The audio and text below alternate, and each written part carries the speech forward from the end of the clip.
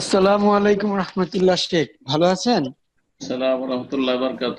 জি ভাই, ভালো আছি। ঈদুল আজহার দিন কোরবানি এবং নামাজ বাদে আর কি কি করণীয় আছে?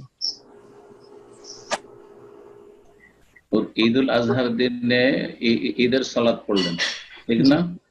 আর কোরবানি করলেন। বড় এই দুটো কাজ।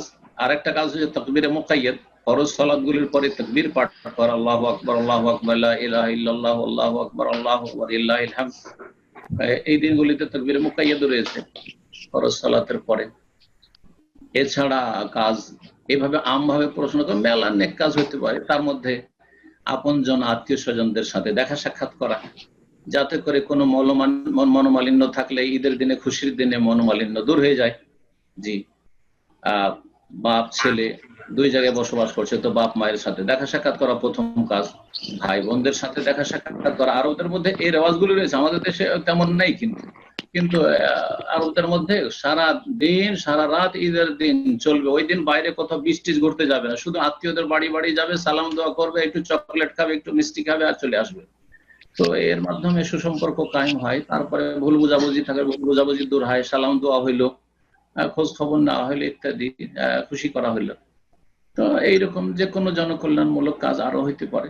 জি, জাযাকাল্লাহু খাইর। আসসালামু আলাইকুম ওয়া রাহমাতুল্লাহি ওয়া বারাকাতুহু। ওয়ালাইকুম আসসালাম ওয়া রাহমাতুল্লাহি ওয়া বারাকাতুহু। মিশর থেকে বলতেছি। জি জি, আমার সবাই বলেন। আমার প্রশ্নটা ছিল ওই যে আমরা সূরা বাকারা হ্যাঁ। আপনার দিন পড়ার চেষ্টা করতেছি আর কি। তো এটা যদি ভাগ করে পড়ি, আমার দুই ছেলে দুই জুজ পড়লো, আমি আধা জুজ পড়লাম, বা এরকম যদি, তাহলে কি এটা হবে কিনা? সূরা বাকারা কি করতে চাইছেন? প্রতিদিন আমরা পড়ি আর কি, আপনার শয়তানের আচ্ছা, ওয়াসওয়াসা। বাড়িতে জি, বাসাতে। বাসায়। জি। তো এটা যদি ভাগ কমপ্লিট করে পড়ি আর কি, তাহলে হবে কিনা? আর আরেকটা প্রশ্ন ছিল যে অসুবিধা নাই, উত্তরটা দিয়ে নি।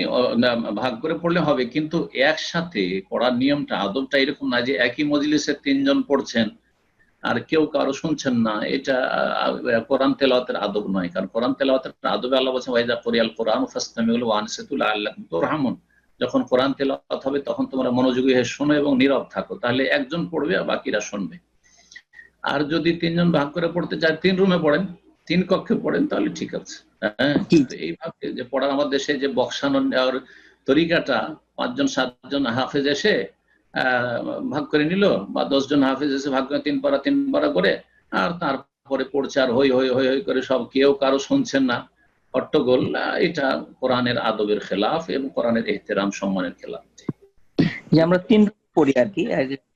আর হচ্ছে যে ছোট বাচ্চারা যদি রব্বানা হাবলানা মিন আজওয়াজিনা ওয়া যুররিয়াতিনা কুররাতা আয়ুন, এই দোয়াটা যদি পড়েন, তো এটা কি ছোট বাচ্চাদের পড়া কি জায়েজ আছে কিনা? মানে এটা তাদের তো, এটা কিভাবে, মানে দোয়াটার তো আর কি মিলে না। ছোট বাচ্চা যদি এমন দোয়া করে যে রব্বানা হাব লানা মিন আজওয়াজিনা ওয়া যুররিয়াতিনা কুররাতা আয়ুন, আল্লাহ আমাদেরকে দান করো, আমাদের স্ত্রী বা আমাদের স্বামী, যুররিয়াতিনা আমাদের সন্তানাদি, কুররাত এমন যাতে আমাদের নয়ন ঠান্ডা হয়, চক্ষু জোড়ায়, এই দোয়া যদি করে, তো এটা ঠিক হবে কিনা? সংশয় কেন হইলো আপনার? কেন এই যে এই সময় যেহেতু ওই বয়সে আসেনি সেই জন্য, অথবা বিবাহ করেনি সেই জন্য? আরে ভাই, বেতে পারে মা এখন। আরবিতে একটা কথা আছে অনেক মাসাইলের ক্ষেত্রে, আগামীতে তো হবে। প্রত্যেক ব্যক্তি তো আশা রাখছে যে আগামীতে তার আগামী প্রজন্ম হবে, বিবাহ হবে, ছেলে মেয়ে হবে, সে বিবাহিত হোক আর নাই হোক, আর নাবালক হোক আর সাবালক, সবাই দোয়া করতে পারে, সবাই দোয়া করতে পারে, কোনো অসুবিধা নেই। কারণ তার মনের আশা নাই যে আমি একসময় বড় হবো ইনশাল্লাহ, আর বড় হয়ে আমি বিয়ে শাদী করবো, আমার ছেলে মেয়ে হবে, আমার নাতি নাতনি হবে, সব আশা রাখবে, ভালো আশা রাখবে। জি, যেমন আশা রাখছে যে আমি আলেম হবো, তো হাফেজ হবো, তো ডাক্তার হবো, তো ইঞ্জিনিয়ার হবো, এরকম। ওর চাইতে ভালো নিয়ত যে উম্মত বাড়বে আমার মাধ্যমে ইনশাআল্লাহ। কোনো অসুবিধা নেই, ছোট বাচ্চারও দোয়া করুক, কোনো অসুবিধা নেই। জাযাকুমুল্লাহ।